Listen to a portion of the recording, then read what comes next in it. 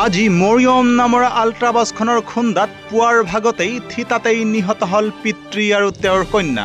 ৰাজ্যত পুনৰ সংঘটিত হৈছে এক ভয়ানক পথ দুৰ্ঘটনা আৰু আজি পুৱাৰ ভাগতেই হোৱা এক ভয়ংকৰ পথ দুৰ্ঘটনাত থিতাতেই নিহত হৈছে বাইক আৰোহী পিতৃ আৰু কন্যা। আৰু এই দুৰ্ঘটনা সংঘটিত হৈছে বঙাইগাঁও জিলাৰ নিত্য বজাৰস্থিত ৰাষ্ট্ৰীয় ঘাইপথত।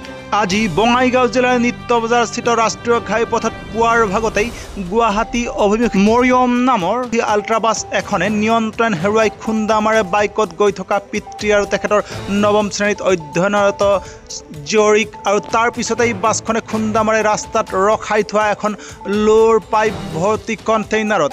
আৰু ইয়াৰ ফলত থিতাতেই নিহত হয় বাইক আৰোহী পিতৃ আৰু তেখেতৰ কন্যা। আৰু উল্লেখযোগ্য যে পিতৃৰ নাম নাছিৰ আহমেদ আৰু তেখেত পেছাত এগৰাকী শিক্ষক আৰু তেখেতৰ লগতে আছিল কন্যা তথা নৱম শ্ৰেণীত অধ্যয়ন কৰি থকা শ্বাহনৱাজ আহমেদ।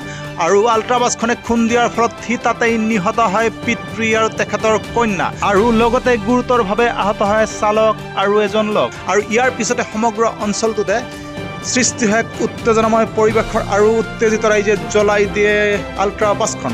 ফলত প্ৰায় 2 ঘণ্টা জুৰি ব্যাহত হৈ পৰে যোগাযোগ ব্যৱস্থা।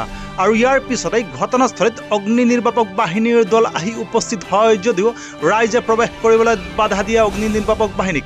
অৱশ্যে পিছত বঙাইগাঁও জিলাৰ আৰক্ষীৰ লগতে বিভিন্ন উচ্চপদস্থ বিষয়া আহি সম্পূৰ্ণ পৰিস্থিতি নিয়ন্ত্ৰণ কৰাৰ পিছতহে সুচল হৈ পৰে পথটোৰ যাতায়াত ব্যৱস্থা। এক বিশেষ খবৰ, আজি পুৱাৰ ভাগতেই বঙাইগাঁও জিলাৰ নিত্য বজাৰস্থিত ৰাষ্ট্ৰীয় ঘাইপথত সংঘটিত হৈছে এক ভয়ানক পথ দুৰ্ঘটনা। আৰু এখন গুৱাহাটী অভিমুখে আল্ট্ৰাবাছে নিয়ন্ত্ৰণ হেৰুৱাই বাইকেৰে গৈ থকা পিতৃ আৰু কন্যাক খুন্দা মাৰি ওচৰতে ৰৈ থকা এখন লোৰ পাইপ ভৰ্তি কণ্টেইনাৰত খুন্দা মাৰে। আৰু ফলত থিতাতে নিহত হয় পিতৃ নাছিৰ আহমেদ আৰু তেখেতৰ নৱম শ্ৰেণীত পঢ়ি থকা কন্যা শ্বাহনৱাজ আহমেদ।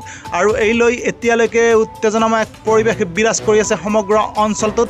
আৰু পিছত উত্তেজিত লোকে জ্বলাই দিয়া আল্ট্ৰাবাছখন আৰু অগ্নি নিৰ্বাপক বাহিনীৰ লোক ঘটনাস্থলীত উপস্থিত হৈছিলে যদিও তেখেতসকলক সেই অঞ্চলত প্ৰৱেশ কৰাত বাধা দিয়ে উত্তেজিত লোকসকলে। অৱশ্যে পিছত বঙাইগাঁও জিলাৰ বিভিন্ন উচ্চপদস্থ বিষয়াসকল আহি পৰিস্থিতি নিয়ন্ত্ৰণলৈ আনে। চাপৰৰ পৰা ললিত কুমাৰ ৰায়ৰ ৰিপৰ্ট, নিউজ টাইম 3।